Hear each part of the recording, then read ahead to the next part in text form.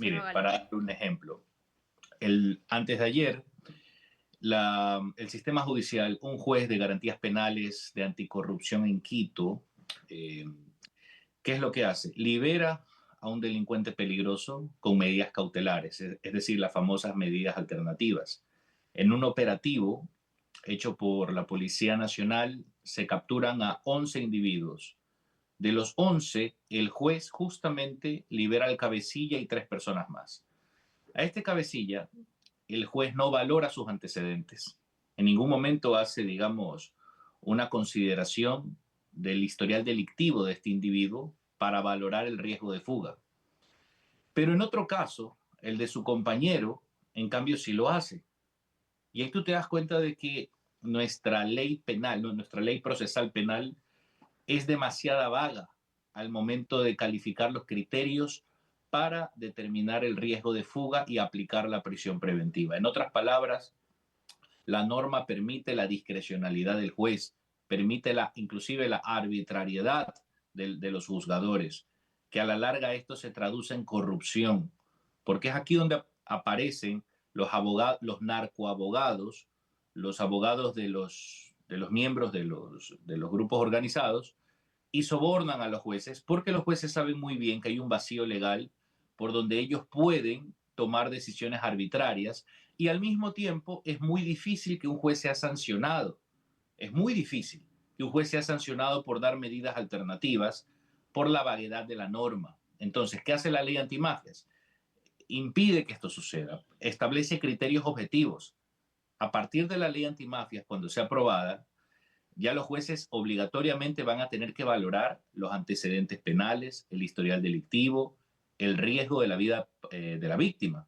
¿Cuántas veces no hemos visto que una víctima de la extorsión ha denunciado a la policía que una banda la está extorsionando, la policía la captura, hace un operativo, pero en menos de 24 horas, después de haber sido entregado a órdenes de la función judicial, esta banda es liberada, ¿no? Como una puerta giratoria. Entra y vuelve a salir por las mismas, ¿no? ¿Qué hace esta banda? Se venga, toma venganza contra la víctima que lo denunció y la asesina. Entonces, todos estos, aunque no lo creas, en Ecuador nunca hemos tenido criterios objetivos, sobre todo a partir del 2021, que la Corte Constitucional intervino en nuestro Código Orgánico Integral Penal y dejó sin efecto prohibiciones, porque hasta el 2021 en Ecuador era prohibido dar medidas sustitutivas en casos de delitos graves, ¿no? Entonces la Corte empezó a liberalizar. La Corte fue la causante de una promiscuidad, una prostitución de las medidas alternativas. Si revisamos, por ejemplo, un cronograma, una estadística comparativa, vemos que a partir del 2021 empieza a descender la población penitenciaria porque muchos presos de peligrosidad y miembros del crimen organizado se empiezan a acoger a las medidas sustitutivas y alternativas, así como también por otro lado habeas corpus, ¿no? Todo esto fue por las intervenciones que hizo la Corte Constitucional, que permitió una estructura de corrupción rampante, redes de sobornos tarifarios que hasta el día de hoy se sostienen. En otras palabras, tenemos un sistema jurídico penal ineficaz, desactualizado, del que los mayores beneficiarios son las bandas y el crimen organizado. Mañana 8 minutos, 8 de la mañana 8 minutos, abogado Andrés Santos, constitucionalista y presidente del movimiento Firmes. Muchísimas gracias por aceptar esta entrevista. Cuando usted se refiere a la función judicial, entendemos que es el fiscal que lleva la investigación y convence al juez de lo que se acusa a una persona. Eso es correcto, ¿verdad? Sí, Entonces claro. habría una corresponsabilidad del fiscal coludido, entre comillas, no es el tema, con el juez que al final del caso, en base a lo que el fiscal le ha presentado, se pronuncia. ¿Correcto? Depende, Dep- depende, a no, ver, no siempre, depende porque hay ocasiones en que hay fiscales que sí solicitan adecuadamente la prisión preventiva, formulan cargos como es debido y la decisión la toma el juez. Es decir, un fiscal puede hacer bien su trabajo y un juzgador puede favorecer directamente a la delincuencia. Y también ocurre al revés. Puede ocurrir que un fiscal no formule cargos o, por el contrario, formule cargos pero no solicita prisión preventiva, ¿no? De esa manera el juez no puede ordenar la prisión preventiva. Entonces, ¿qué se hace en otros países?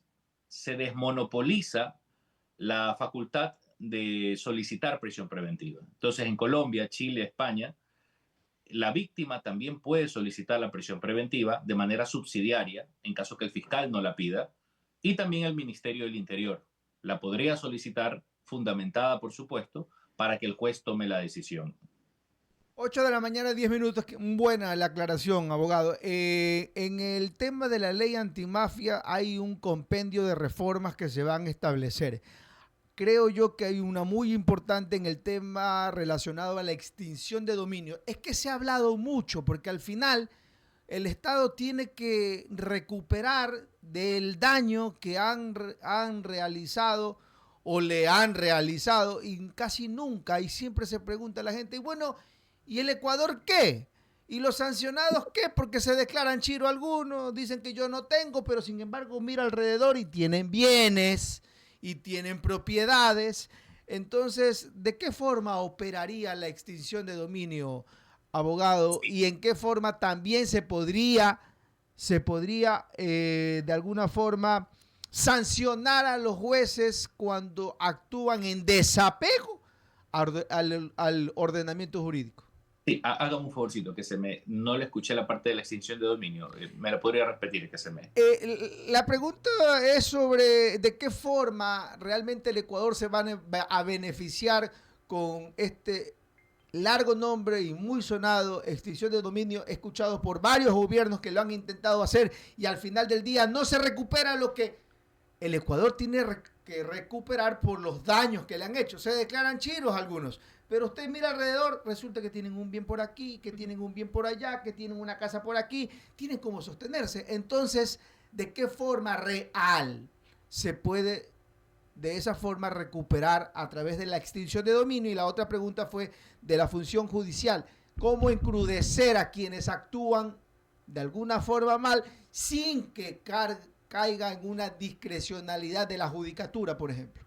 Sí, entonces, mire, sería lo siguiente. Actualmente, pues cuando hay un proceso penal, delincuencia organizada por una banda, sicariato, extorsión, secuestro o narcotráfico, los bienes se les puede aplicar medidas cautelares, prohibición de enajenar, por ejemplo.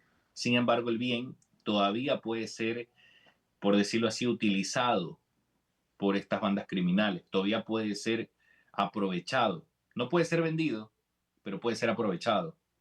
Entonces, ¿qué dispone esta reforma? Que mientras dure el proceso penal, que puede durar años, el Estado puede administrar estos bienes. Estamos hablando de haciendas, inmuebles, estamos hablando de bienes que pueden ser usados para uso social. Entonces, hasta que se termine el juicio y ahí en adelante ya el Estado pues ya procede con la extinción de dominio y ya esos bienes pueden pasar a nombre del Estado sin ningún problema. Así también, esa es digamos la gran innovación que se hace pues en esta reforma. Pero mire, todo lo que tiene que ver ya con estos delitos, ya el aspecto de las economías criminales, y sí depende bastante de la actuación de la UAFE, la Unidad de Análisis Financiero, que es la entidad encargada para luchar contra el lavado de activos, para hacer los análisis de los movimientos inusuales que existen en los bancos, transacciones, etcétera. Ahí depende bastante, ¿no? Ahí sí le puedo decir que ahí la cuestión más bien es de gestión. En el tema de la prisión preventiva, ahí el problema es la ley, sin duda alguna. Pero ya en cuestiones de combate a economías criminales, sí, ya depende también bastante de la actuación de la UAFE, ¿no? Y es ahí donde tenemos que exigir bastantes resultados, porque hay muchas personas actualmente que viven en ciudadelas que todos los vecinos saben de que andan en temas ilícitos, irregularidades, carros sin placa, personas sospechosas, ¿no? Y vemos que las autoridades no hacen nada en realidad, ¿no? Entonces, ahí tiene que venir una actuación inmediata. 14 minutos. Abogado, retomando el tema de que los jueces y fiscales les dan medidas sustitutivas a los que están procesados por distintos delitos y que de hecho eso es una crítica constante por parte de la sociedad y también incluso hemos escuchado comandantes de las policías decir que ellos presentan todos los elementos, dan todo lo que le corresponde y lo que les solicita la justicia, pero finalmente liberan a los delincuentes. Y hemos visto también al ministro John Reinberg activo. De hecho, este fin de semana publicaba la captura de una red delictiva y de ellos 4 les dieron medidas sustitutivas. ¿Qué va a implicar dentro de esa sanción al juez que le dé estas medidas o liberen a delincuentes? ¿Qué sanción va a estipular específicamente, abogado? Esta es la mejor pregunta de todas, la más adecuada, porque actualmente, ahora, sin ley antimafia, no hay sanción. O sea, podría quizás, muy poco probable, que un juez pueda ser sancionado. O sea, depende ya de la voluntad y el criterio del Tribunal Superior, en realidad. Muy pocas veces se da un error inexcusable, digamos, cuando un juez de manera arbitraria da una medida alternativa a favor de un delincuente. ¿Por qué? Porque actualmente la norma no es objetiva, no es concreta. No hay una prohibición específica o no hay una obligación concreta como tal. Más bien hay obstáculos para aplicar la prisión preventiva. Más bien ahí el juez tiene que justificar, digamos, reforzadamente, si es que quiere aplicar prisión preventiva. Pero si quiere liberar a un delincuente con medidas alternativas, ahí lo puede hacer libremente. No hay una carga argumentativa fuerte, ¿no? Entonces, ¿qué hace la ley antimafia? Equilibra. A ver, señor juez, cuando en estos casos de peligro, son como 7, 8 tipos penales específicos: sicariato, extorsión, secuestro, trata de personas, tráfico de armas y entre otros, en donde el juez tiene una motivación reforzada, es decir, tiene la obligación de fundamentar, justificar adecuadamente, valorar antecedentes penales, riesgo de la vida de la víctima, reiteración delictiva, historial delictivo, todas estas categorías que actualmente son potestativas, son discrecionales. El juez, si quiere o no quiere, lo hace, ¿no? Entonces, si el juez no lo hace y si el juez, digamos, libera a un delincuente peligroso con la ley antimafias, ese juez podrá ser destituido. ¿Por qué? Porque también se está reformando el Código Orgánico de la Función Judicial para que esto sea considerada una infracción gravísima, sujeta a destitución. ¿Quién sabe si también esto pueda derivar en una responsabilidad penal del juzgador? Si es que él no cumple con la ley, digamos, con el proyecto de ley antimafia, que le impone una obligación de motivar adecuadamente, de explicar las razones. Digamos, si el juez lo hace así de manera totalmente irresponsable, violando la disposición legal, podría incurrir en el delito de prevaricato, ¿no? Se va preso, en otras palabras. Entonces, es un cambio total de paradigma que se está dando, ¿no? Imagínense desde una promiscuidad total de las medidas alternativas a partir del año 2021, ¿no? Por culpa directa de la Corte Constitucional, ahora en el 2026 ya sería un cambio así, absoluto, en donde ya los jueces no son los que se van destituidos, se pueden ir hasta presos. ¿Ya? Cambias el sistema de incentivos penales, ¿no? Entonces, una ley mal hecha te puede servir para incentivar la corrupción. Ese es el caso de la nuestra, la ley ecuatoriana. Es el único sistema penal en el mundo donde no se consideran donde la ley no considera los antecedentes penales de manera explícita, ¿no? En todos los ordenamientos jurídicos. No estoy hablando de Europa, no estoy hablando solo de Estados Unidos, estoy hablando inclusive de nuestros vecinos, Colombia, Perú, Chile, Costa Rica, o sea, Brasil, Argentina. Son países que consideran los antecedentes penales. Sí, el pasado judicial, pero imagínense por qué tenemos el problema, ¿no? Porque somos también el único país en el mundo que su constitución prohíbe taxativamente discriminar por pasado judicial. Esto se presta para confusiones, porque mire lo que los jueces, la confusión dentro del mundo judicial. Dicen que no puedo valorar los antecedentes penales. Entonces tengo un individuo con 5 antecedentes penales, como este cabecilla que atraparon el día domingo y lo liberaron por las mismas, que tiene 5 antecedentes por asesinato, robo, secuestro, crimen organizado, etcétera. Pero los jueces corruptos dicen, no, pero no los puedo discriminar. Yo tengo que valorar el riesgo de fuga nomás. ¿Y qué es el riesgo de fuga? O sea, es decir, vaya usted a ver si el tipo compró un pasaje, ¿no? Entonces, si compró un ticket de avión, ¿Qué delincuente peligroso compra un ticket de avión? Ninguno, pues todos salen por vías clandestinas. Pues es imposible probar eso. Y es por esa la razón que todos estos dispositivos le ha servido al crimen organizado para garantizar su impunidad. Mientras eso suceda, no podremos privarlos de libertad. Si tú no privas de libertad al enemigo de la patria, que son miles, son más de 60.000 miembros, si al menos no privas de libertad unos 20.000 más, que es el núcleo duro de sicarios, secuestradores y extorsionadores, tú no vas a mejorar en cifras de disminución de muertes violentas. Pues es imposible. Porque Nayib Bukele sí lo pudo hacer. ¿Por qué? Porque su código penal sí tiene más causales de prisión preventiva y los jueces ahí sí aplicaron realmente pues la norma como es debida, ¿no? Doctor, y a su criterio, si está bien concebido este proyecto, ley antimafia, porque escuchaba a la Defensoría del Pueblo hablar sobre la proporcionalidad, por ejemplo, de las penas en esa línea.